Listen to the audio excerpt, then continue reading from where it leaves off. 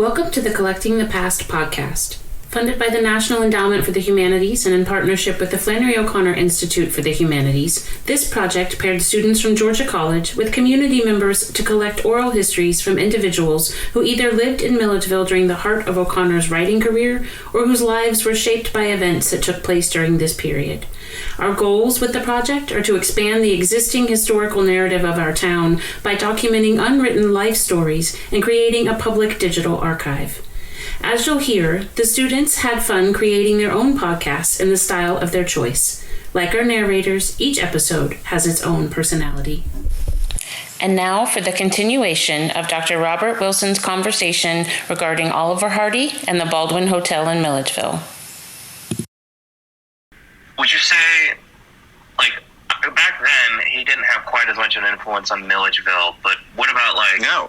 I guess not today, then. No, not really. It wouldn't be that much different. Well, I'll tell you, when I first started, when I realized he grew up here in Milledgeville, and essentially grew up, I mean, he was 10 years old when he came until he was almost 21, so that's his formative years. And, people sort of remembered him, but he didn't, when you read the older histories of Milledgeville, and they talk about Congressman Carl Vinson and, things like that, they rarely mentioned Oliver Hardy. And the other person that wasn't mentioned back in the day was Flannery O'Connor.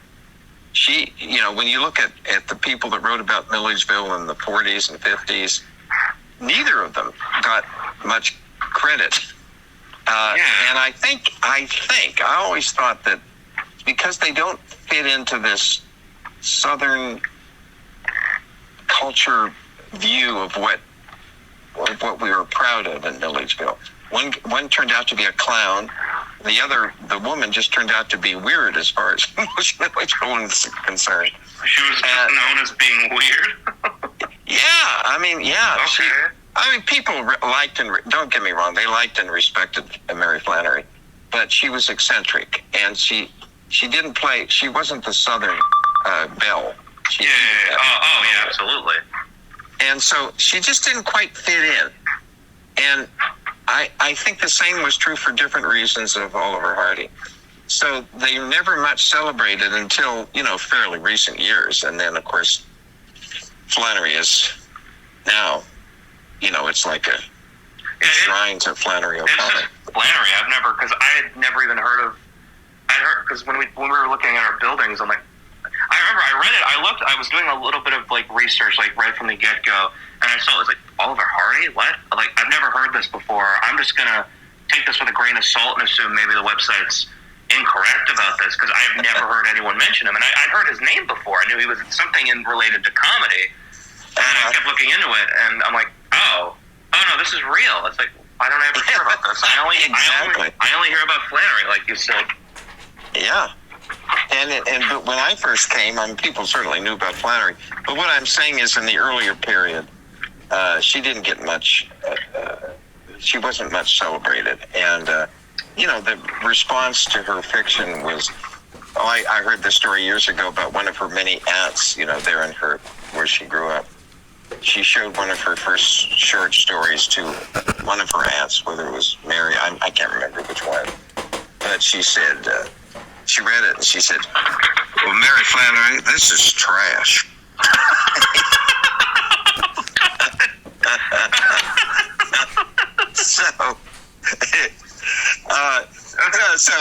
Because her stories are hair-raising. They're not bedtime reading. No, they're not. No, we had to read a couple of them. They're not. No, they're tough stories. I don't remember their names. Brilliant, but oh yeah. But, so anyway, I pondered about that.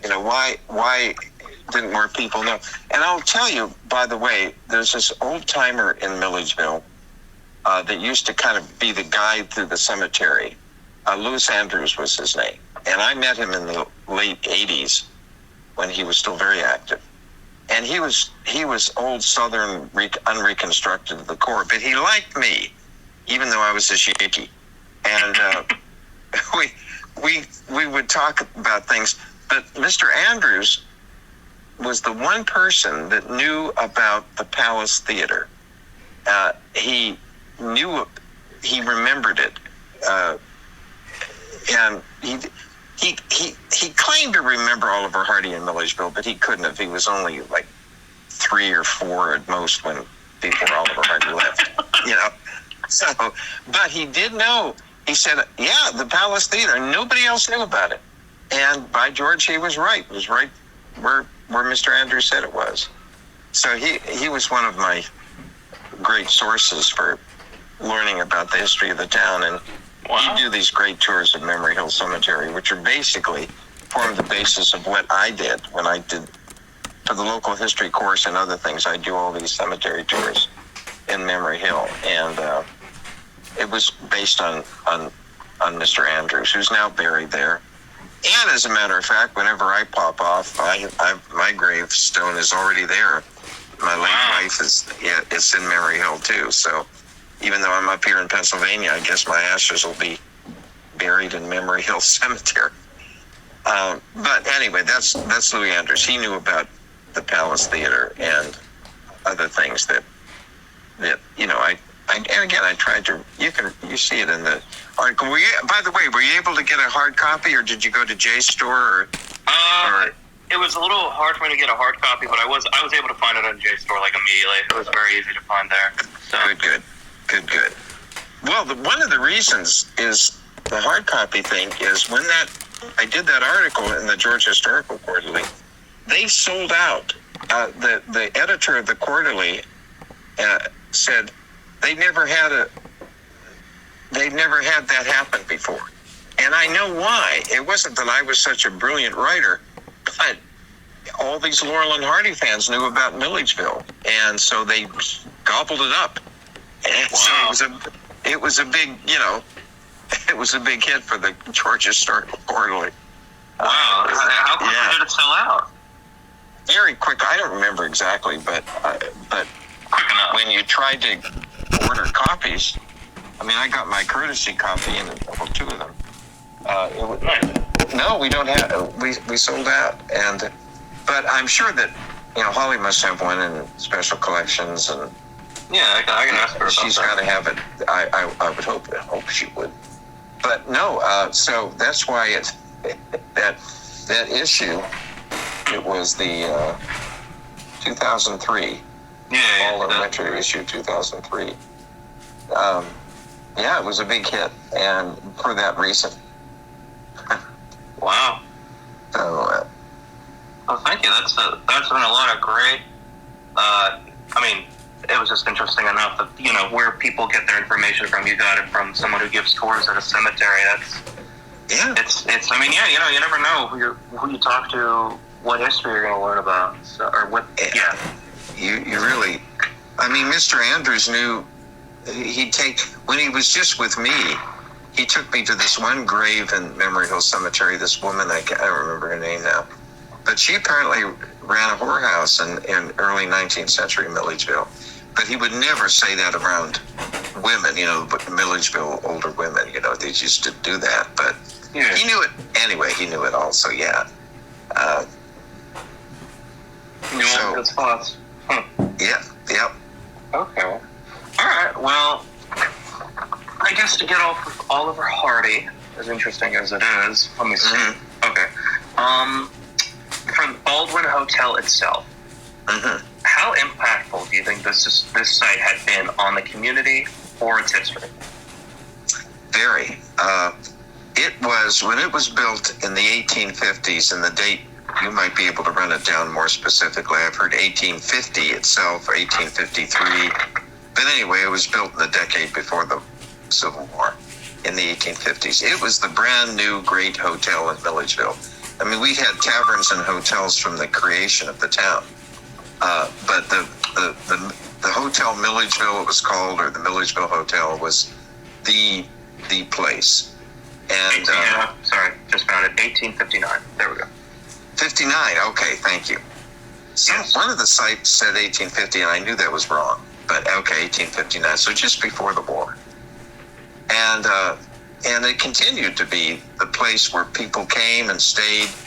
By the time the Hardys were there, you get all these traveling this and that's coming through, entertainers and salesmen, and it was where you stayed. But one of the, the leaders of the town in 1903, the people who ran Milledgeville were concerned about it because by 1903, let me think, it was 44 years old and it was kind of getting a little seedy and it had a bad reputation in some ways. There was a lot of gambling. There was a back alley behind it. The alleys. That's where they. I read that. That's where they. Okay. Gambling. Yeah. Gambling and even cockfights and stuff went on, and it was, I think maybe dog fights. I can't remember. Yeah, I think so. So they wanted to upgrade the hotel, and to do it, they brought in Emmy Hardy because she already had a pretty good reputation in all these other places she'd been in Georgia. And so that was her task, to beautify, make it nice again, make it more genteel. And she did that. She was an amazing woman. So after all those years, the old Milledgeville kind of gets back on its heels again. Then you can again check it. I think it was 1909. It was when they started actually changing the physical look of the building. Yeah, they added the third floor. Yeah, 1908. It was 1908. Remodeled. Yep. Yeah. Sorry. The entrance shifted around. The entrance used to be on Wayne Street, but now it shifted around to Green Street, which is still one of the main ways you go into the bank to this day. But the Green Street entrance became the new entrance. But the main addition was this very fancy turreted third floor.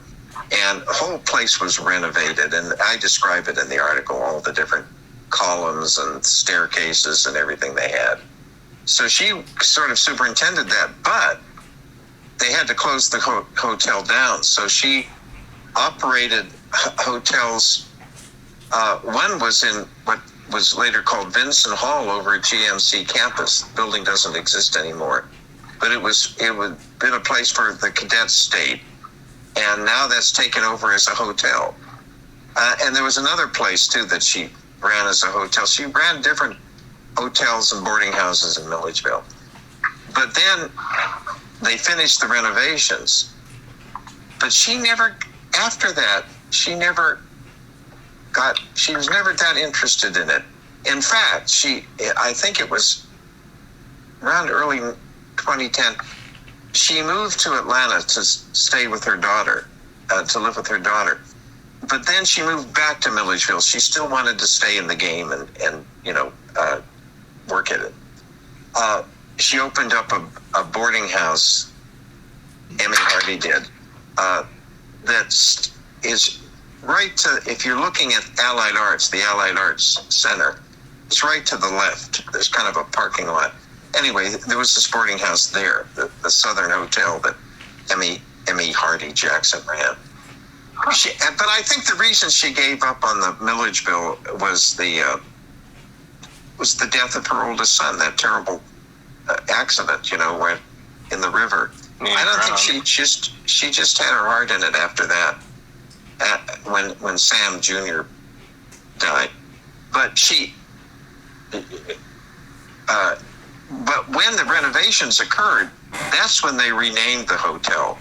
It had been the Milledgeville Hotel for so long, and now it's the Baldwin, named for the county, of course. And it was the Baldwin until it was torn down in 1970. And I think the courthouse records can help sustain and support this. And and tax assessors records, by the way. I don't know if those are online for Baldwin County. The tax assessors records can help you know the family that owned and ran it in the 1920s, 30s, 40s, 50s. The family name was Green, just Green. And they stayed in the hotel business even after the Baldwin had seen its day. They opened up the first Holiday Inn in Milledgeville, way out on 441, kind of out there by Andalusia. Really? So yeah, it was and the Green family ran that. Huh. They were, old timers to me, when I would do research, if they knew about it, they would remember the Green family is running it, because of course Emmy Hardy was way before anybody's time. But the Greens weren't, and they ran it. And finally, it had just gotten those kind of hotels, unless you have a concerted preservation project, which you do sometimes happily, but not for the Baldwin. And they just decided it was, by 1970, almost kind of an eyesore. And they tore it down. And I'll tell you one little story relating to that, which is, I don't know if it's something you include or not, but there was a delightful fellow in town named Fielding Whipple, who had a typewriter repair shop downtown. Right? Do you know the Masonic Hall in Milledgeville? The name rings a bell, but I don't think I've seen it. It's the oldest downtown building. It was built in 1834. It was the Masons built it, and it's been run by the Masons ever since. But the two downstairs, they rented out space for businesses downstairs.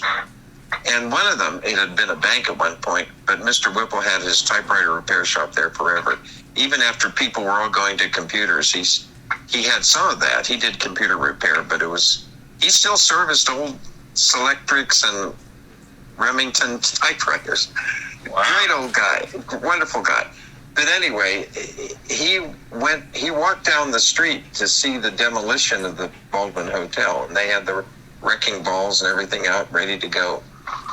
And so Mr. Whipple told me this story. He talked to the supervisor, and he said, "Are you sure that everybody's out of that building?"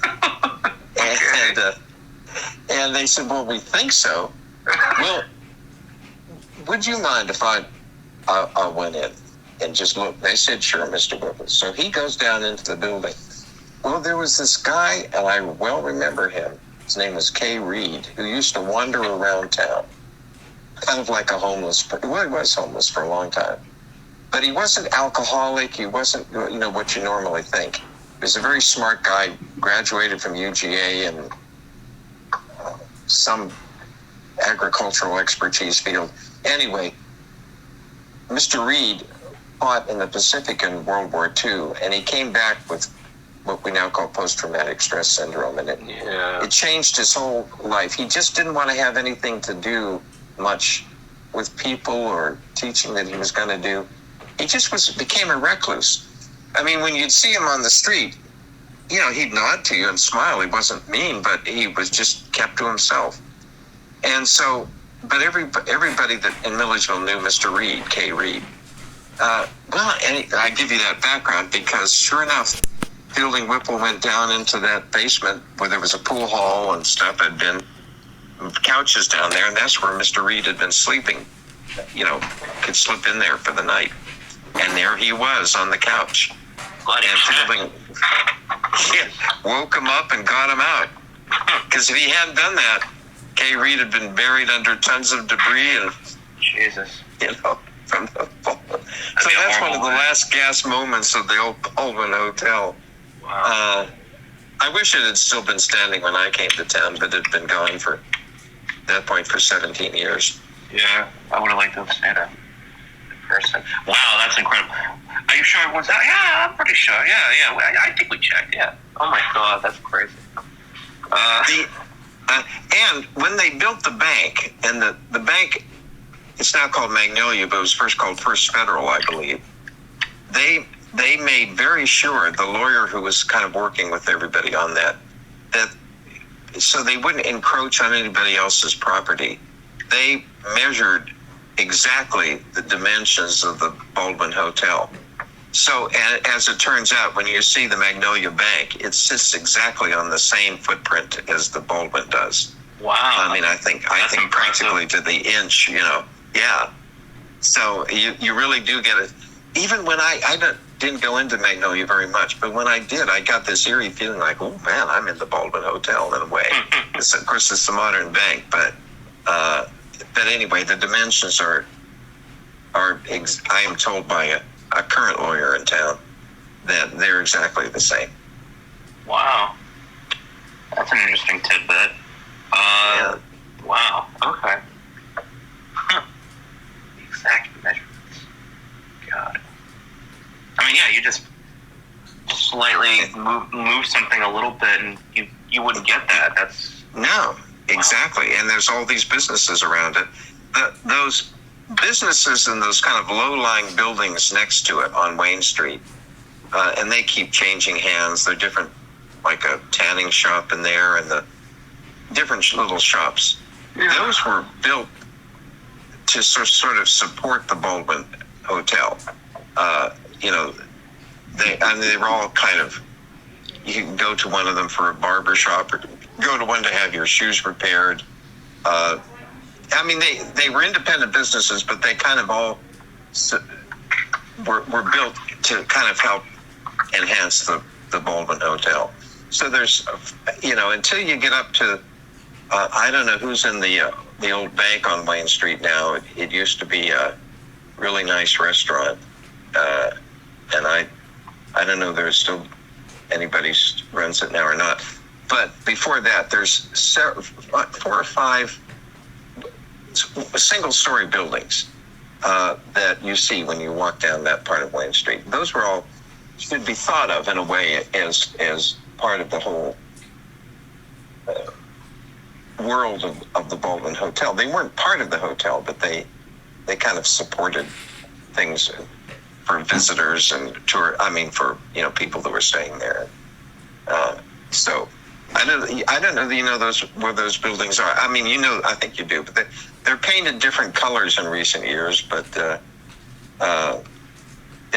so that's what that world was like back in the 20s and 30s and 40s and 50s, and those buildings are all still there, of course.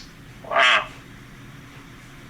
Yeah, that's the interesting part, that everyone else in my class has done all sorts of other places, like the Methodist Church, the old dam, and most of those places. I was surprised that most of everyone else's place or buildings they picked are still there. It was just like the Baldwin Hotel was really the only one I know that wasn't there anymore. So no, and the thing it was frustrating to me when people would come to town that were Laurel and Hardy fans, and they want to see sites associated with Oliver Hardy. I could take him to a couple restaurants that he liked. There was a bakery, which is still there, just up from Barbaritos. In fact, Barbaritos is really the building right next to it.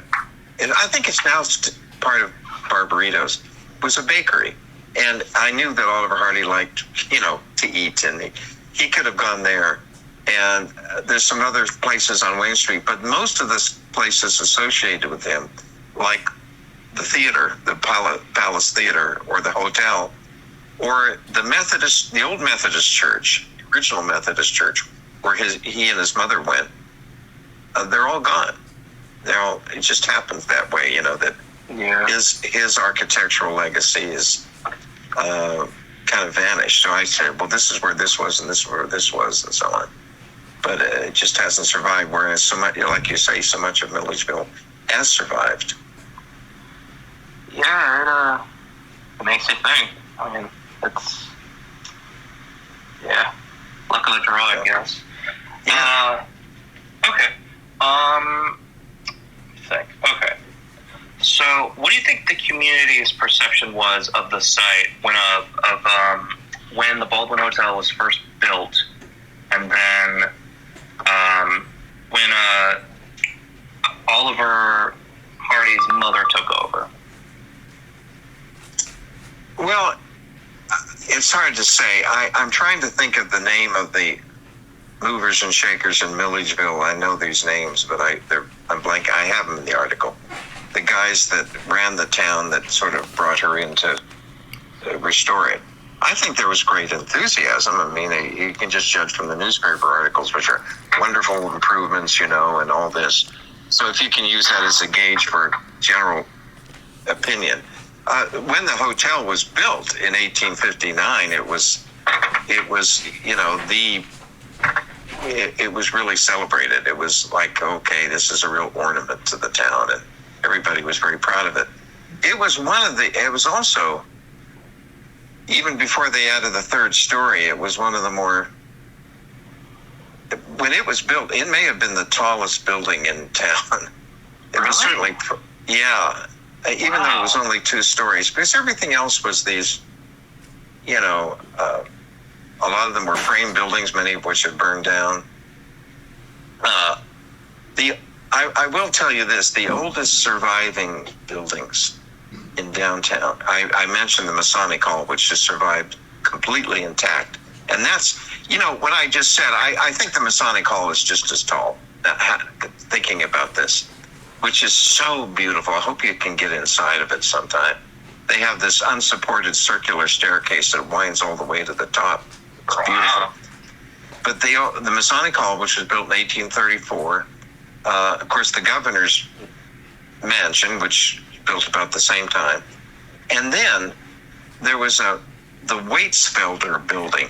That's Waitzfelder, Waitsfelder. They were a Jewish merchant family who started one of the major dry goods stores in town.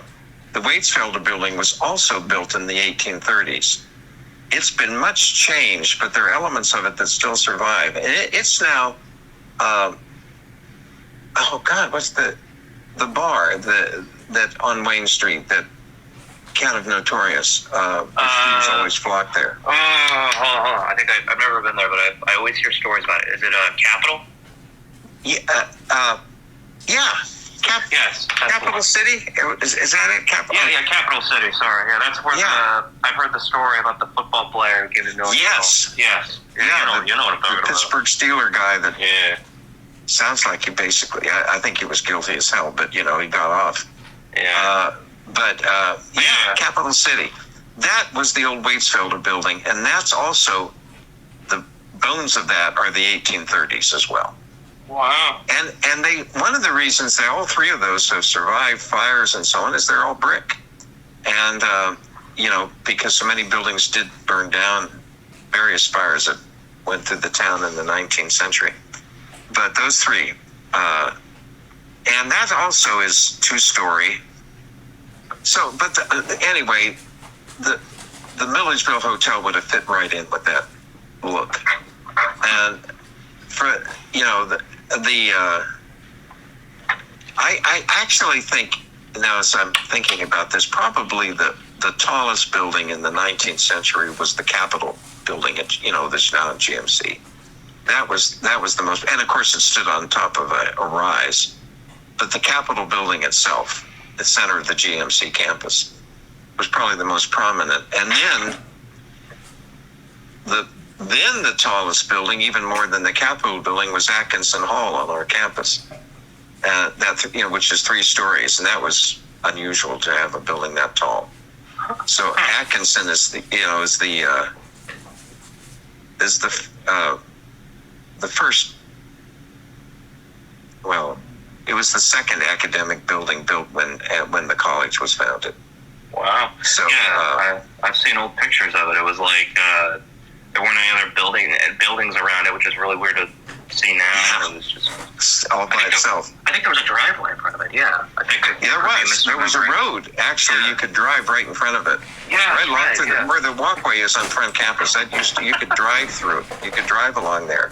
Yeah. And it was a residence hall. I mean, it was a dorm for the girls for much of its life until the 1970s. Yeah. When they turned it into the School of Business. So those were the big tall buildings in Milledgeville, and I'm really glad we never became the capital, that we didn't continue to be the capital of Georgia, because God knows what would have come in terms of high rises, and it wouldn't look like Atlanta, but it would look closer to it if that had happened. It really is what if. No, I know what you mean. That's what makes Milledgeville is so unique. It's this a little town vibe that you don't really get much, and definitely don't get anywhere near Atlanta. Not even just Atlanta itself, but like just the surrounding areas. So, exactly. No, I don't disagree with you there. And it's pretty safe, so which also helps. Okay, yeah. Thank you. That's all very interesting. Okay. Let me think what else. Okay, this one I don't know. I'm gonna see what. Was there anyone you can think of, whether somebody you talked to or you read about, who was critical of the space, critical of Baldwin Hotel? Nobody that I've talked to that I can really put my finger on. I mean, I think the two periods of any critical attitude towards it was right before they brought in Emmy Hardy to fix it up in 1902-03. That'd be one period when it had such a bad reputation. And the other was by the time they tore it down. People now remember it fondly, but they were ready to see it go because they just couldn't figure out whether they should save it or not. And I think they could have. I'll tell you this: the 1960s and into the 70s were a bad period for historic preservation. We lost a lot of things in the country. Really? And people weren't just as attuned to the importance of preserving historic architecture. I mean, you just go on, and it happens in that time period. Finally, by the late 70s and 80s, we've kind of gotten back into the importance of preservation, and that also helped Milledgeville with the Milledgeville Historical Society, which was basically founded to preserve the Stetson Sanford House and things on campus. And so we kind of got attuned to preservation in Milledgeville at the time. I'm glad you did. I mean, you're right, that happened. I mean, even nowadays that still happens, people not caring about the history. Like It does. Go ahead. No, yeah, where I live, Roswell, it's like not too far from my house. It's called downtown Roswell. It's very popular. There was a gas station there, a very old gas station, not quite as like significant as actually, no, I don't know about that. That's not true. I didn't really look into its history, but it was just a gas station that was there, and it was an old one. It wasn't. I don't really think it was being used, but it was still part of the history. And then they got rid of it and just replaced it with like this 5-story hotel. It looked ugly. It stood out. It just we hated it. And it's true. Or was it a restaurant? No, it was a restaurant with a hotel on top. It was very weird. And it was very frustrating. Also now less parking, so because we have like no parking downtown. Oh, good, because of the size of the hotel. Well, not just that. It's very popular, and there isn't much parking to begin with. Okay. Yeah. Now there's even less parking. I mean, plus you pay for it, but no one wants to pay for parking. So. Yeah, true. Yeah. True. I've never heard about that though. The 60s and the 70s, historical preservation not being cared about. I've never really heard about that with that time period. And it started to turn around in different ways. One of them was, for example, in New York City, when they tore down the original Pennsylvania station, the Penn Railroad station, which was beautiful. They tore it down for what was a long time this ugly. It's just ugly. And when that was lost, people really took notice about in Manhattan the importance of historic preservation, and that New York Historical Society really got on the job. And the person leading that charge in many ways was Jackie Kennedy, the widow of President Kennedy. Yeah. She kind of went, hold on just a minute. Of course.